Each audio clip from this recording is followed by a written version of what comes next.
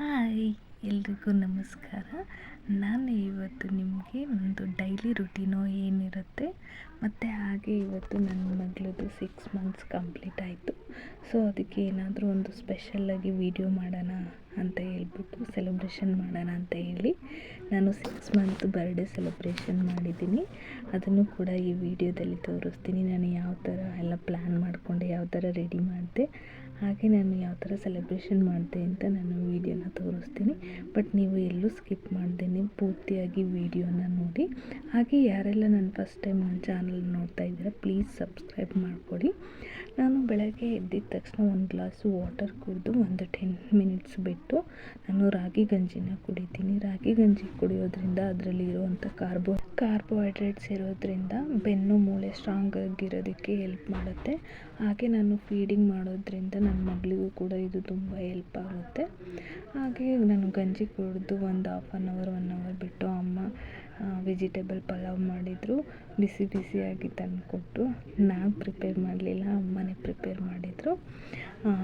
ಬಿಸಿ ಬಿಸಿ ಇರೋದ್ರಿಂದ ನಾನು ಸ್ಪೂನಲ್ಲೇ ಅದನ್ನು ಇದು ಮಾಡಿ ನೆಕ್ಸ್ಟು ನಾನು ಕೈಯಲ್ಲಿ ತಿಂದೆ. ಬಟ್ ಕೈಯಲ್ಲಿ ತಿಂದ್ರೇ ತುಂಬ ಒಂಥರ ಟೇಸ್ಟಿ ಹೆಲ್ದಿಯಾಗಿ ಇರುತ್ತೆ ಅಂತ ನಾನು ಅಂದ್ಕೊಂಡಿದ್ದೀನಿ.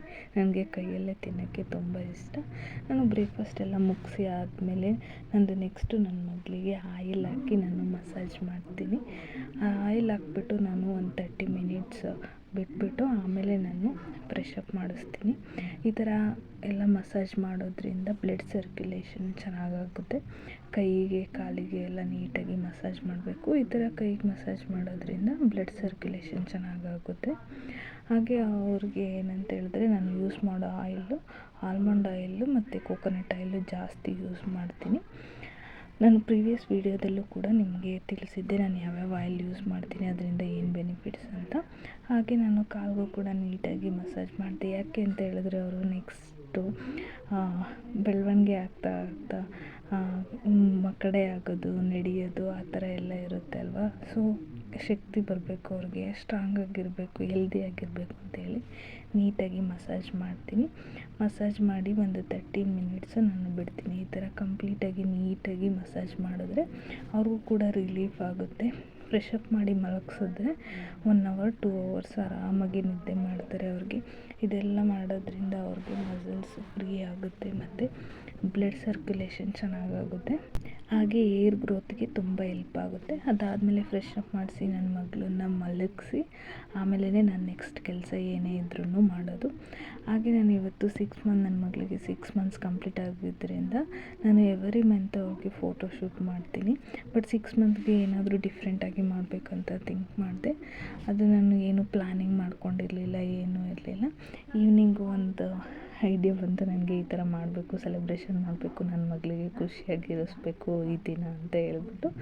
ಆವಾಗ ನಮ್ಮ ಅಪ್ಪಗೆ ಹೇಳಿ ಎಲ್ಲ ಅವರನ್ನು ಸಿಟಿಗೆ ಕರ್ಕೊಂಡೋಗಿ ಬೇಕಾಗಿರೋ ಎಲ್ಲದನ್ನು ಪರ್ಚೇಸ್ ಮಾಡಿಕೊಂಡು ಸೆಲೆಬ್ರೇಷನ್ ಮಾಡೋದಕ್ಕೆ ಬೇಕಾಗಿರೋದನ್ನ ಪರ್ಚೇಸ್ ಮಾಡಿಕೊಂಡು, ಹಾಗೆ ನನ್ನ ಮಗಳಿಗೆ ಬಟ್ಟೆ ಕೂಡ ಯಾವುದನ್ನು ನಾನು ತೊಗೊಂಡಿಲ್ಲ, ಏನೂ ಪ್ಲ್ಯಾನ್ ಮಾಡಿರಲಿಲ್ಲ.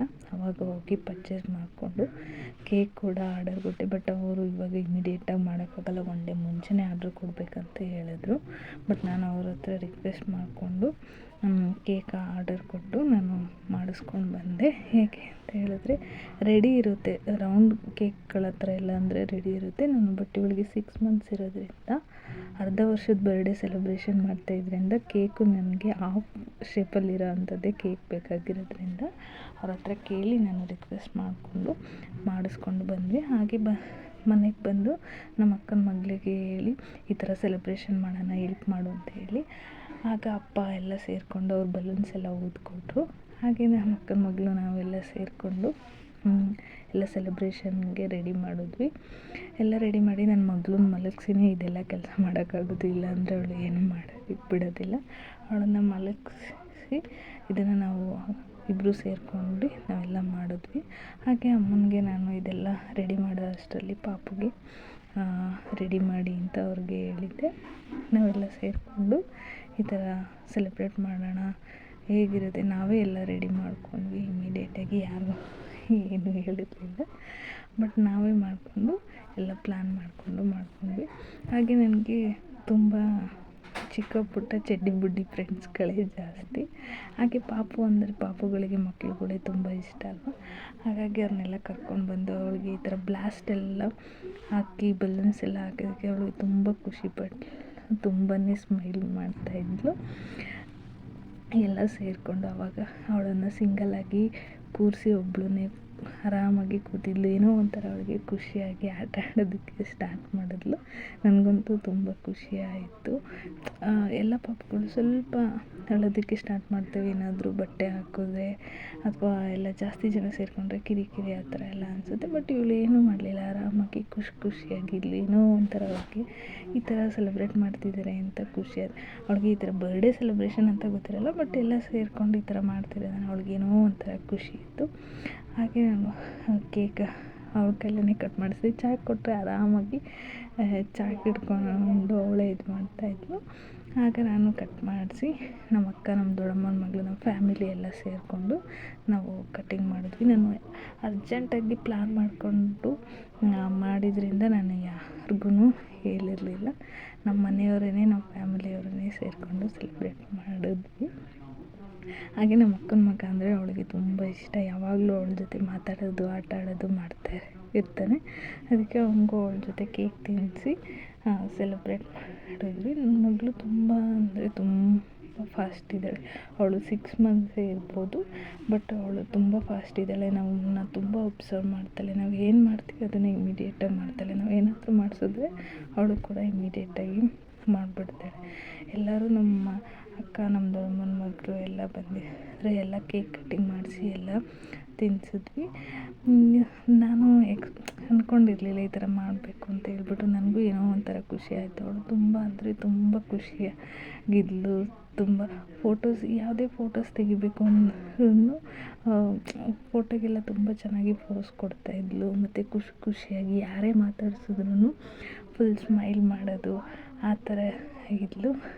ಆಮೇಲೆ ನಾನು ನನ್ನ ಹಸ್ಬೆಂಡ್ಗೆ ಈ ಥರ ಎಲ್ಲ ಸೆಲೆಬ್ರೇಟ್ ಮಾಡ್ತಿದ್ದೀನಿ ಅಂತ ಅವ್ರಿಗೂ ಕೂಡ ಸರ್ಪ್ರೈಸಾಗಿ ತಿಳಿಸಿದೆ.